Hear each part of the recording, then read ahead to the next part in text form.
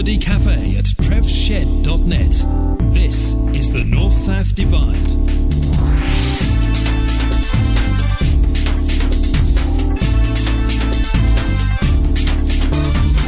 The North-South Divide with Trev. He's got a pierced knee.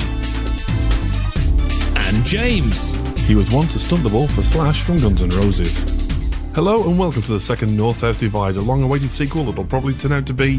Hey, no, we can't start like this. We've had an email from a listener who's concerned about the opening theme tune. Have we?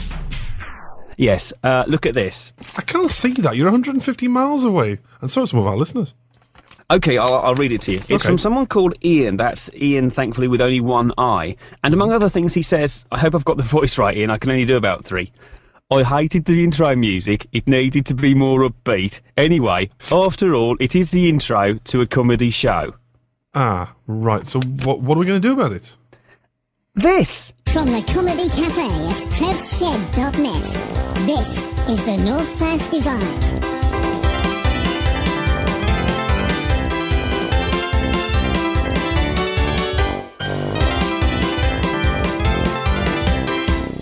What do you think, Trev? It's definitely more upbeat. I think we'd better leave that one to the listeners to decide. Email us, comedy@trevs-shed.net with your opinions. Please do that. It hurts my arm if you don't. Right. So to this podcast, it's going to be another roller coaster ride with some familiar voices. Yeah, yours and mine, mainly. Yeah. And some new characters, many with terrible accents, that we hope you'll come to love and nurture in your hearts. Oh, and don't forget to tell them about the studio audience, Trev. Ah, yes. Today's show's been recorded in front of a live studio audience. Well, I hope you're in the mood for some comedy, people, because it's going to be a quiet show otherwise.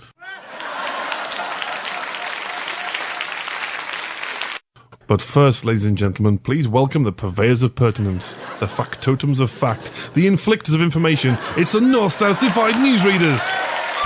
Podcasting to an unsuspecting internet, this is the North-South Divide News Jingle.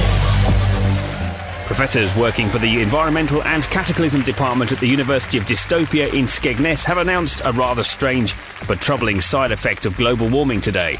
Our science reporter Charlie Farley Fridge Magnet has more, but he won't let me have any of it. So here's a report by our reporter Reginald Baldy with some stuff he's just got off of CFAX Reports. Due to the melting of the Polish ice hat, not only are the sea levels rising, causing misery to deck chair owners across the UK, but academics at the University of Dystopia have discovered that we're also facing a global shortage of the letter I. Earlier today I spoke to Professor Lionel Widget and then asked what on this melty green earth it's all about. The shortage could have major effects on the world's economy, and may mean that as soon as the summer of 2007, the letter has to be carefully allocated to the people of the UK and beyond. Overseas too, real consequences of the shortage have started to appear.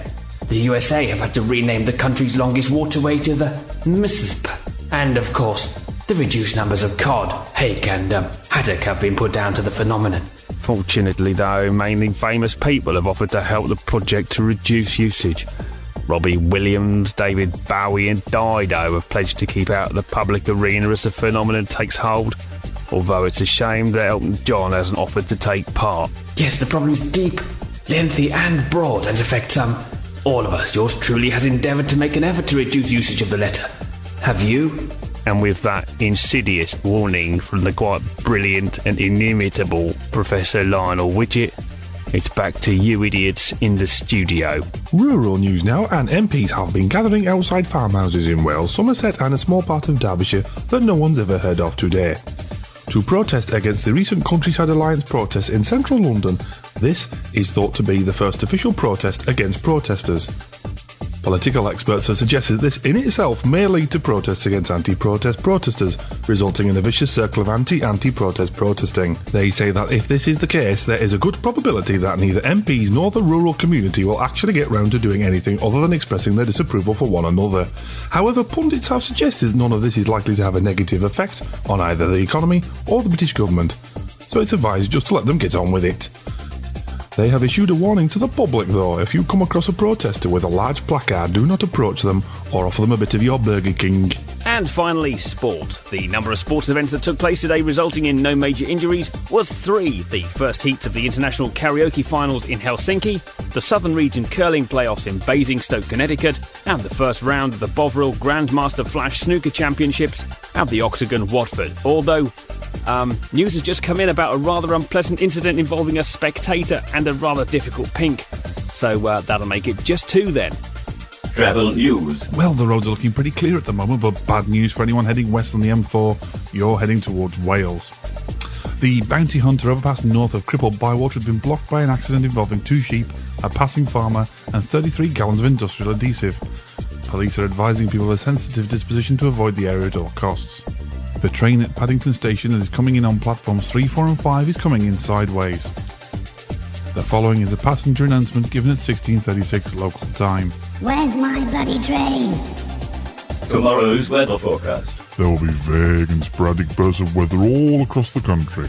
This will be followed by whimsicality, frivolity and knockers coming in towards the southwest. There will be fever and sneezing across the stocking top of Scotland. The colour count for today is medium to good with a noticeable increase in hues and luminosity throughout the day.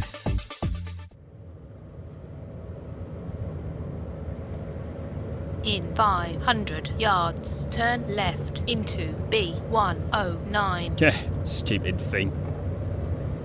In 200 yards, turn left into B109. Nah, it's quicker if I go via the lanes. Turn left into B109.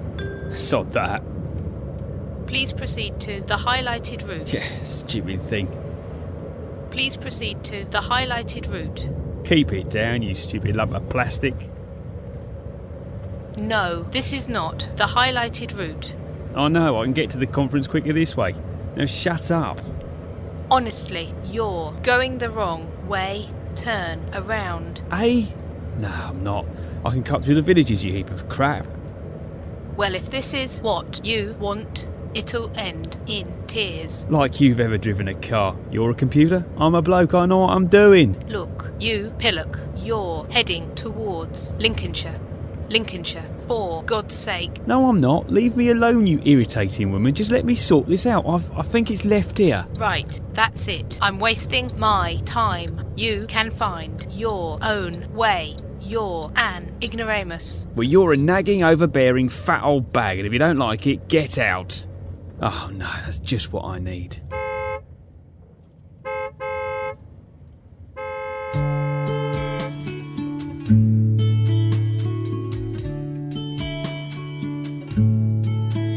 Well, I'm sitting in my Audi TT. There's about 100 cars up ahead of me. We're all barely crawling along. And I'm not gonna tell my sat-nav that I got it wrong. You pillock. I've already had a bloody hard drive. Getting to this sales conference, I'm keen to arrive, but this traffic's all backed up. It's just a total joke. Just 'cause of a caravan or some stupid old bloke. 'Cause something's holding up the bypass. Oh no, I just wish that I could get past. Oh no, I'm doing 6 miles an hour. Oh, I got the speed, I've got the power. I've got a bloody sports car. Oh God.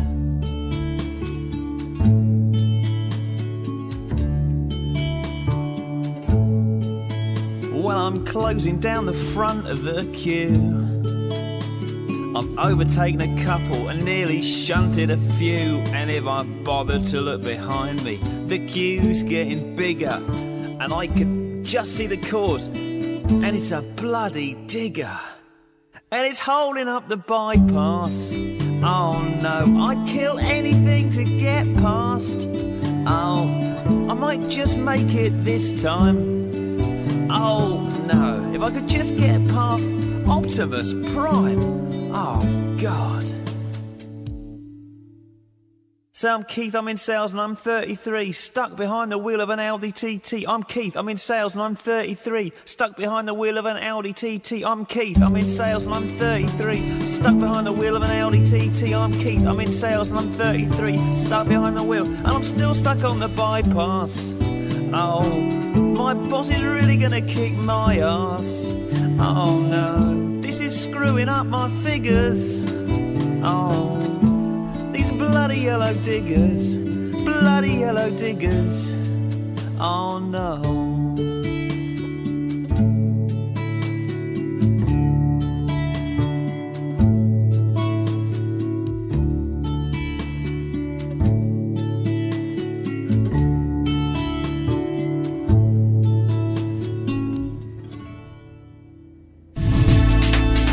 The North-South Divide.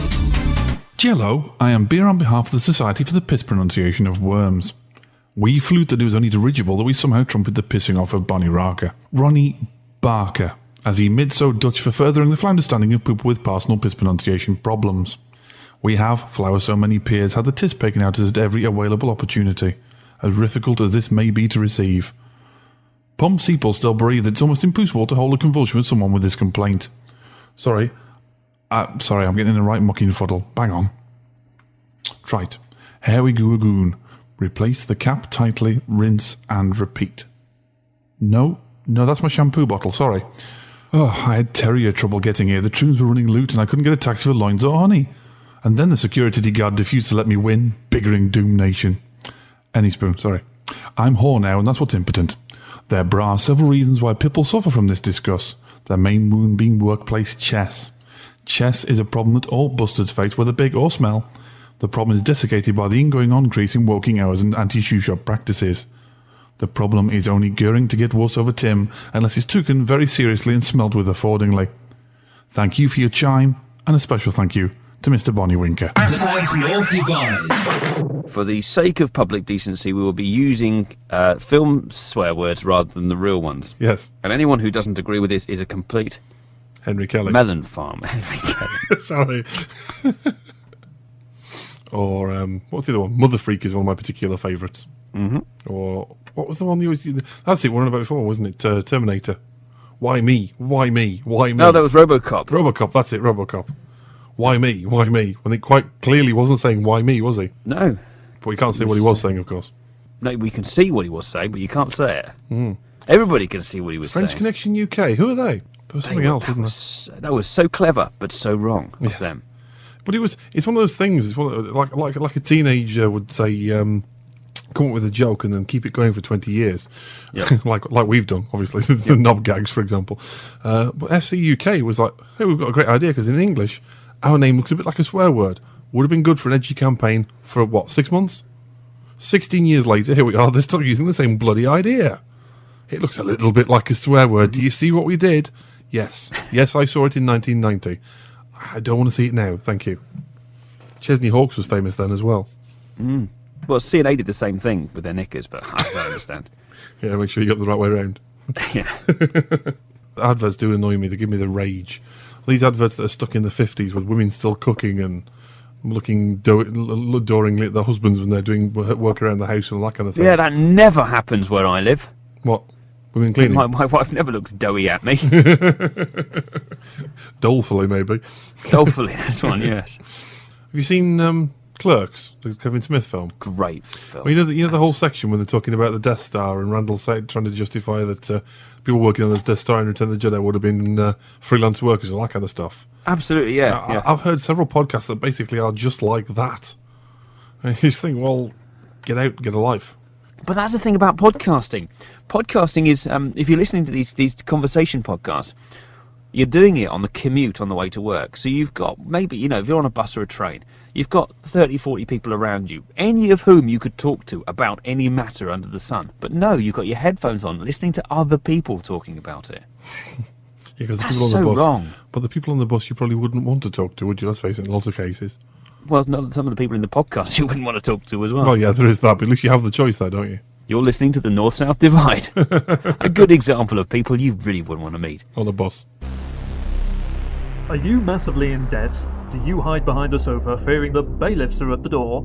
Or perhaps you've had to sell the door to pay for essentials like dairy or cigarettes. Well, now you can solve all your problems with a low-cost loan from cleverlittlepod.com. John and Mary agree. Well, things was getting quite desperate like because of my gambling. The missus let herself go a bit, you know, she wanted to leave me, didn't you? Yeah, no one would have looked twice at you though, would they? No. This man came round with a big suitcase full of tenors and said, here, have it, get yourself a sporty new car, like, and get the wife some plastic surgery. So thank God for that, because I was getting sick of the sight of your face. Oh, yeah.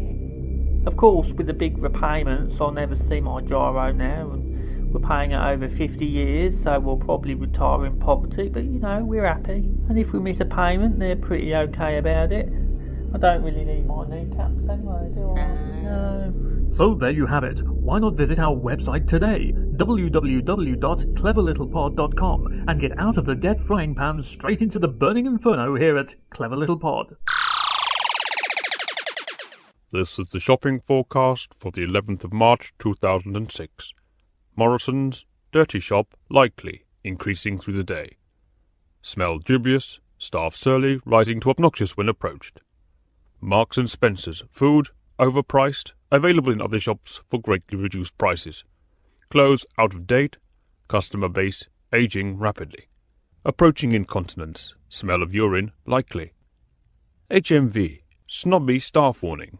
Looking down the nose, likely. Snide comments at your musical choices, a distinct possibility. The shopping forecast office has issued a "Do you still like them?" warning. The correct response is yes. Are you still on minimum wage? Poor. BC World, knowledge low, prices high. Chance of finding things that people hide on their hard drive? High. Court case? Likely. Career of faded pop star? Over. Good. And that's the end of the shopping forecast. You are listening to the North-South Divide. It's nearly finished. Then you can go put the kettle on. It has been revealed today that the man from West Yorkshire is trying to get the 2012 Games from London, saying that they only won it on a technicality, and that the Olympics that year should be hosted in Wakefield. Mr. Shea, why do you believe that Wakefield should be the home to the most important sporting event in the world? Well, speaking as a certified accountant, an Olympiad would bring economic vitality to the aforementioned area. Wakefield and the surrounding area was hurt badly after the collapse of the mining industry. Okay, I accept that, but there are so many other places in Britain alone that can make the same claim, so I ask again, why Wakefield? Well, Keith, my friendly neighbour, enjoys watching sport, particularly Olympic sport, from the comfort of his high-seat posturepedic chair. A wedding present for myself and my adorable wife Elsie in 1982, I think it was. We could carry him in his chair if the whole shooting match was held in Wakefield. It's only 10 minutes from here down the A642, you know, past the back of PC World and take a right. But how can you ever expect us to get him in his bloody chair all the way to London in the back of my three-door Hyundai Pony?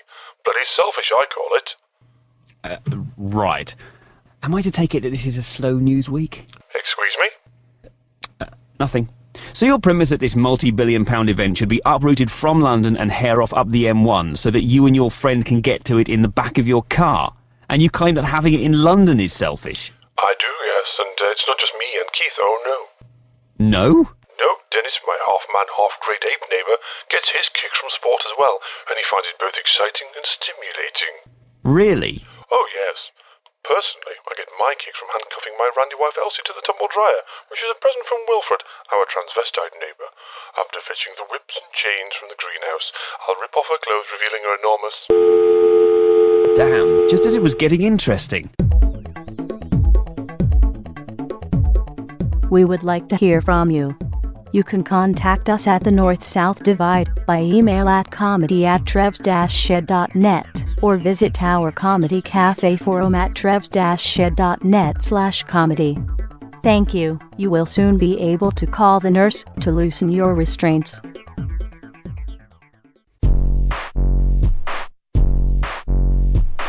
Do you live in the North?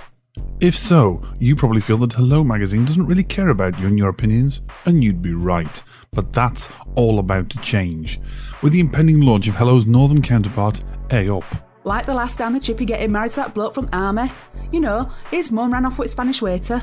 He's only marrying her to cover up the fact that he bats for the team, if you get me drift. And the one from number 30, you know, Dirty 30, and what she does behind those curtains. Also featuring in the first episode, where to get the best black pudding, favourite places to have a fight, and of course, our indispensable guide to going out in sub-zero temperatures wearing nothing but a t-shirt.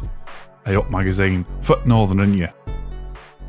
I love God. God is great. I like God. Oh, he gives me shiny hair. I love God. He makes my home smell good. Bugger me, it's God.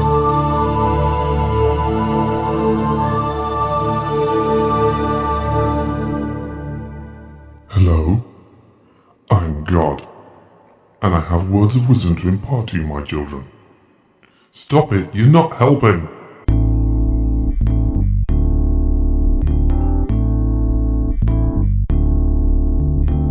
From the Comedy Cafe at trevshed.net, this is the North-South Divide. You have been listening to the North-South Divide. Yes, you have. This was episode 2 in a limited collector's edition. A certificate of authenticity is available on request. And we cannot be held responsible if the second-hand value of this podcast does not increase when you try and sell it on eBay later. It was handcrafted by comedy specialists James Hart and Trevor Shipp. Extra love was added in performance form by Beth Hart and Jennifer Shipp. Extra juicy loving and incidental music in the A-Up sketch was by Sean Craddock. The next episode will be a remake of a classic Goons episode. What? Sorry, didn't I discuss this with you? No, you didn't.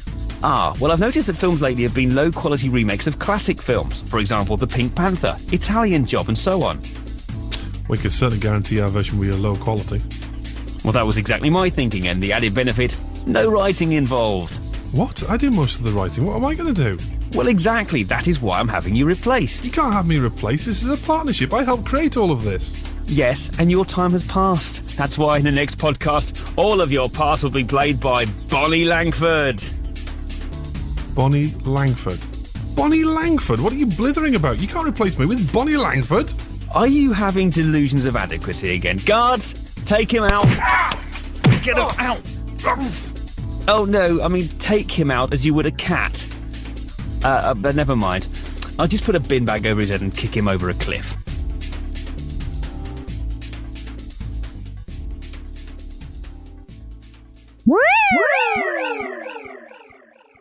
You see, my mouth works the rest of the time. That's right. And some new characters, many with terrible accidents. Accidents? They've had terrible accidents. Yours is funnier, Trev. Horrific diarrhea, explosive sickness. Ladder falls. Have you been hurt at work? You may be entitled to a bad podcast.